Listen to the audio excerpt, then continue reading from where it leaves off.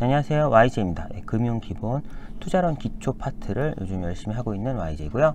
투자론 기초 파트는 총 챕터 1부터 챕터 4까지 크게 4가지 챕터로 구성되어 있고요. 그리고 투자론 기초 말고 응용 부분을 제가 나중에 하게 되면 챕터 5부터 해서 뭐 파생이나 주식 채권 포트폴리오에 대한 좀 깊은 내용 위주로 갈 거고요. 지금 기초 부분은 그런 깊은 내용보다는 전반적인 용어 위주로 갈 예정이니까요. 매 첫 페이지 제가 쓰는 용어들을 보시면서 관심 있거나 알면 좋겠다 싶은 부분 위주로 취사 선택하시면 될 것 같습니다. 네, 오늘은 챕터 1 백그라운드 앤 이슈스 중에서 두 번째 시간이고요. 1-2니까 금융자산의 종류에 대해서 말할 예정이에요. 여기서 주로 언급되는 용어들은 회사채, 코퍼레이트 본드, 채무증권, 뎨 시큐리티, 고정흐름 수입, Fixed Stream of Income, 채권에 대한 얘기, 부채에 대한 얘기죠. 변동금리 채권, Floating Rate Bond라는 단어도 있고, 미국 국채는 짧은 애부터 긴 애까지 트레저리 빌, 트레저리 노트, 트레저리 본드라는 녀석이 있고요. 보통주는 커먼 스탁이 있고, 안 썼지만 우선주는 Preferred FF인가요? 스탁이라는 단어가 있어요. 이런 식의 단어들이 금융자산의 종류라는 이번 챕터, 이번 강의에 나올 예정입니다. 보시면은 금융자산에 세 가지 분류가 있어요. 세 가지는 크게 부채 형태, 주식 형태, 파생 형태, Debt, Equity, Derivative가 있고요. 부채 같은 경우는 영어로 Debt Security, 채무증권이라고 한국말로 할 수 있겠죠. 이런 포괄적인 용어를 쓸 수도 있고, Fixed Income이라는 단어도 쓰죠.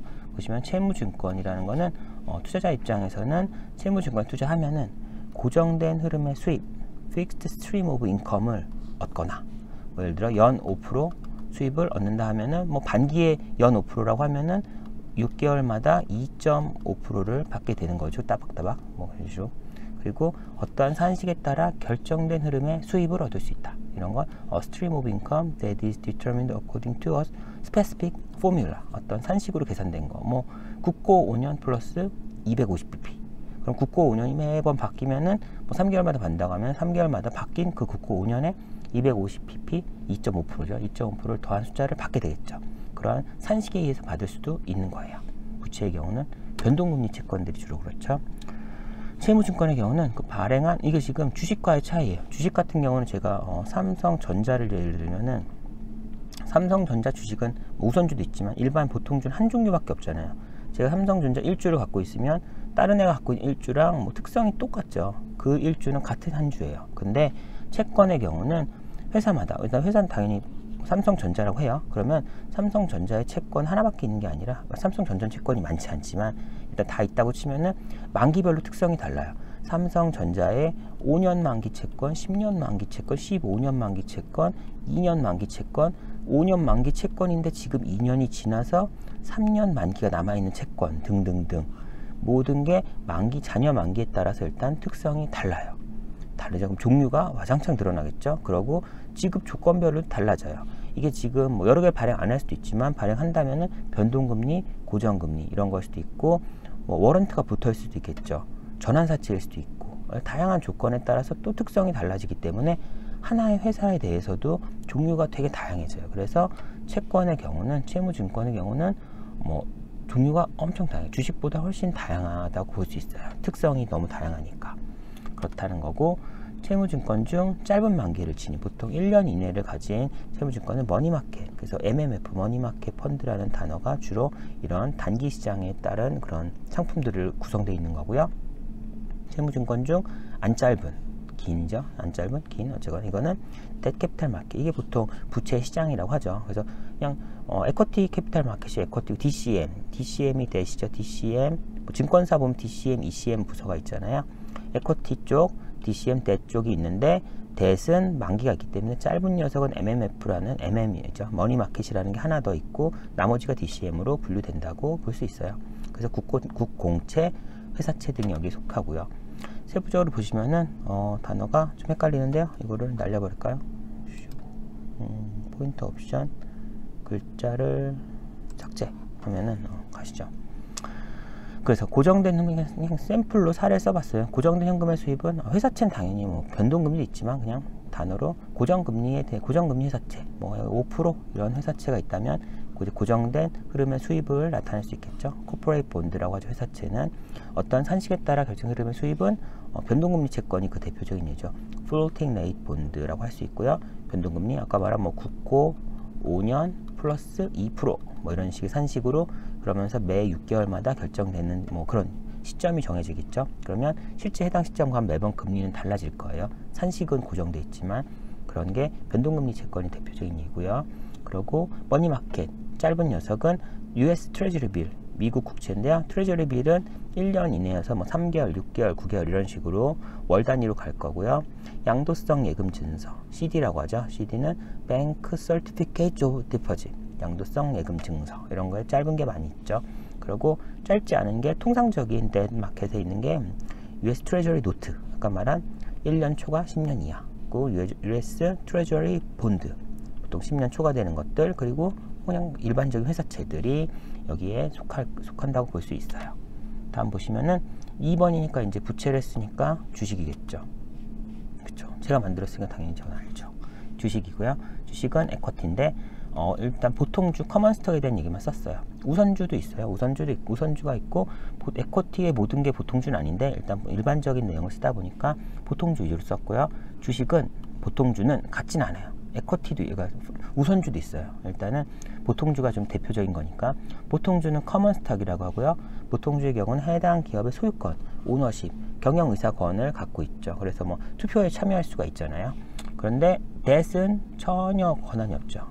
뎃은 그냥 고정된 금리 아니면 포뮬러에 따른 숫자를 받을 뿐이지 해당 회사의 경영권에 의사결정할 수 있는 권한이 없어요. 그래서 주식과 채권의 가장 큰 주식과 부채의 가장 큰 차이점이 그 경영권에 대한 소유권, 경영권 참여할 수 있는 권한이 주식은 있고 우선주는 없을 수도 있지만 뎃은 없다. 그리고 주주들에게 주식의 경우는 확정적인 현금 흐름을 보장하지 않아요. 안 준다고 디폴트가 나진 않죠. 대출의 6%의 대출 6%의 회사채를 해당 시점에 안 주면 그 회사는 디폴트지만요. 주주들에게는 항상 그러니까 줄 수 있다는 거지 안 줬다고 무슨 디폴트가 나는 것도 아니고 뭐 줘야 할 의무가 있진 않아요. 그래서 배당을 실시한 경우 배당을 실시해야 받을 수 있고 배당을 실시할 때 배당률에 대한 것도 경영 의사 결정으로 율을 정하죠. 회사 내에서 정하기 때문에 그래서 페이아웃 레이시오라는 게 있잖아요. 실제 배당을 받을 수 있는 금액이 100이어도 페이아웃 레이시오가 50%면은 50만 배당을 주는 거죠. 남은 50은 유보해서 회사를 또 키우는 데 쓰겠죠. 그런 건 결정할 수 있으니까요. 우선주라고 해도 우선주 6%라고 해도 6%를 누적적 뭐 이렇게 해서 이번에 6% 안 주면 다음 연도에 안 준 6%까지 이번에 다음 연도 주겠지만 그래도 어쨌거나 매년 따박따박 6%를 꼭 줘야 된다 이런 개념은 아니에요. 그래서 대출, 뭐 회사채, 채권, 뎃 쪽이랑 제일 큰 차이점은 아니죠. 아까 1번도 있지만 2번 차이점이 확정적인 현금을 보장하지 않는다. 그리고 에쿼티 투자 수익률은 해당 기업의 성과 및 기업 가치에 크게 영향을 받아요. 그래서 뎃 대비 투자 수익률의 변동성, 투자 수익률 자체가 높을 수도 있지만 더 높을 수도 있고 더 낮을 수도 있고 이런 변동성, 위아래 흔들리는 진폭이죠. 폭이 높아서 에쿼티는 뎃 대비 위험성이 더 높은 상품으로 분류된다. 위험성이 높은 게 나쁘다는 건 아니에요. 더 위험한 만큼 더 높은 목표 수익률을 제시하면 되는 거죠. 그게 나한테 맞으면 되는 거고요. 뭐 나쁘다 좋다의 개념이 위험하다 덜 위험하다 개념은 아니고요. 위험성이 높다는 거는 기대 수익이 더 높을 가능성이 높다. 그런 거죠. 기대 수익이 높지만 위험하다, 그러니까 위험이라는 단어는 데인저가 아니라 보통 그 투자 쪽 이쪽에서는 변동성을 말해요. 흔들림이죠, 흔들림. 그래서 내가 생각한 그 숫자에 정확히 갈 확률이 높지 않아요. 많이 흔들리기 때문에 훨씬 더 많이 받을 수도 있고 훨씬 낮아질 수도 있고 그런 진폭, 흔들림이 더 많다. 그 말이 이꼴 위험성이 더 높다. 이런 거예요. 네. 그리고 그 다음으로 보시면은 이제 파생이겠죠. 네. 파생, 데리버티브는 뭐 옵션, 선물, 피처스 같은 게 있고 세부적인 내용은 이제 뒤에서 하겠지만 파생 같은 경우는 어떻게 보면은 되게 어렵긴 한데 한번 해놓으면 그게 이제 안 흔들린다고 했나요? 어떻게 보면은 해놓으면 두고두고 100점, 그러니까 한 번 100점 맞으면 두고두고 100점 맞는 과목이라고 해야 되나? 좀 그런 해놓으면 괜찮은 과목이긴 해요. 물론 이제 필요가 있다면은. 그래서 뭐 파생이라는 과목이 생각보다 재미있을 수도 있고 또 실제 투자하면 한국인의 정서와 많이 맞다고 하더라고요. 올인하는 거죠. 레버리지 왕창 써서 파파팍 하는 게 또 한국인의 정서와 맞다고는 하는데 모르겠어요. 그거는 개인의 재산 날아갈 수 있으니까 조심하시고요. 어쨌거나 파생은 옵션, 선물 뭐 이런 더 많죠. 스왑도 있고 뭐 다 많은데 일단 대표적인 게 선물 옵션이니까요. 옵션, 퓨처스가 있고요. 파생 상품은 어떠한 다른 자산의 가격에 결정되는 일단 다른 자산. 파생이라는 게 파생 자체가 어떤 자산이라기보다는 파생은 예를 들어 뭐 코스피 200 지수에 연동하는 파생이 있을 수가 있고 뭐 금리에 연동할 수도 있고 외화 뭐 원화 달러 베이스의 외화 환율에 의존하는 파생이 있을 수 있고 어떠한 다른 지표 다른 자산의 가격을 가지고 파생이 생성이 돼요. 파생이라는 말이니까요. 그래서 어떠한 다른 자산의 가격이 있는 거예요. 이게 중요한 말이고요. 그에 따라서 최종 만기 시점에 페이오프가 결정돼요. 페이오프라는 단어도 좀 나중에 파생 공부할 때 조심하셔야 될 것 같고요. 그래서 derivative security providing payoffs that depends on value of the other D가 없나요? 왜 난 있을 것 같지? 어쨌거나 다른 자산의 가치에 depend on 아주 많이 의존 그냥 결정되죠. 얘에 따라 결정되는 사항이니까요. 그러고요. 이러한 페이오프를 간단히 써봤어요. 나중에 파생하게 되면은 페이오프 매트릭스가 있고 프로핏 앤 로스가 있어요. 뭐 그래프에서 대충 뭐 그래프를 그려서 페이오프냐 이게 프로핏 앤 로스냐가 되게 중요해요. 헷갈리면은 파생에서 또 엄청 헤매기 때문에 처음에 이거는 뭐 엄청난 건 아니죠. 처음에 좀 정의하셔야 될 것 같고요. 결국은 페이오프는 어떤 파생이 만기 시점에 우리가 받게 되는 돈이에요. 그러면 수익일 수도 있긴 하겠지만 그 정산 시점에 받거나 지불하는 마이너스 날 수도 있죠. 캐시인, 캐시아웃 하게 되는 금액이지만 그래도 옵션 매수 금액은 처음에 옵션을 예를 들어 저희가 뭐 옵션을 5원 코리안 원 5원을 투자해서 나중에 페이오프가 플러스 5가 나왔다 한들 우리 앞에 5원 마이너스 5원 했잖아요. 그럼 페이오프 플러스 5는 결국은 똔똔이니까 프로필 로스로서는 빵인 거죠. 근데 그러니까 결국은 프로필 로스 개념으로 접근을 해야 되는 거죠. 수익률이 중요한 거지. 그러니까 페이오프라는 건 우리가 얼마를 미리 투여했는지 미리 꼬라박았다라는 단어는 너무 오피셜하지 않죠. 어쨌거나 얼마 꼬라박았는지를 전혀 고려하지 않은 그 이후의 수익에 대한 내용이기 때문에 물론 페이오프를 먼저 구하고 그리고 나서 프로핏 앤 로스를 구해야죠. 그래서 스텝 2가 이게 꼭 프로핏 앤 로스로 가야 되고요. 페이오프 가지고 이게 수익이 있냐 손실이 있냐 막 말하면은 약간의 그 서로 대화 전달에 오류가 있을 수 있어요. 그래서 페이오프랑 프로핏 앤 로스는 공부하실 때 헷갈리지 마시고 꼭 구분해라. 다른 거다 라는 말씀을 드리고 싶고요. 파생 상품의 가장 중요한 용도는 해지 전가. 어쨌거나 리스크를 좀 완화하거나 피하고자 하는 목적으로 파생이 있는 거예요. 대박 올인해서 10배, 1000배 벌거나 다 날리거나가 파생 상품 시장이 생긴 메인 목적은 아닌 거죠. 그거보다는 어떠한 리스크를 해지하고자 하는 목적이 제일 커요. 그래서 환 리스크를 해지하려고 환 관련 파생 상품을 가입할 수도 있죠. 뭐 예를 들어 USD에 대한 원화 환율이 올라가면 안 될 것 같으면 그거에 대한 반대 방향의 계약을 체결할 수도 있는 거고요. 원재료 오를 것 같으면 포워드로 미리 확정된 가격으로 살 수도 있죠. 1년 뒤에 원재료가 오를 것 같으면 현재 시점에 1년 뒤에 얼마의 양을 사겠다라는 포워드 계약을 미리 체결해서 1년 뒤에 그 가격으로 그대로 가져올 수 있어요. 그러면 원재료 가격 상승 리스크는 해지했죠. 대신 가격 상승 리스크를 해지하는 덕분에 가격이 하락하는 이익을 향유는 못하겠죠. 당연히 그게 반대적인 방향이 있는 거고요.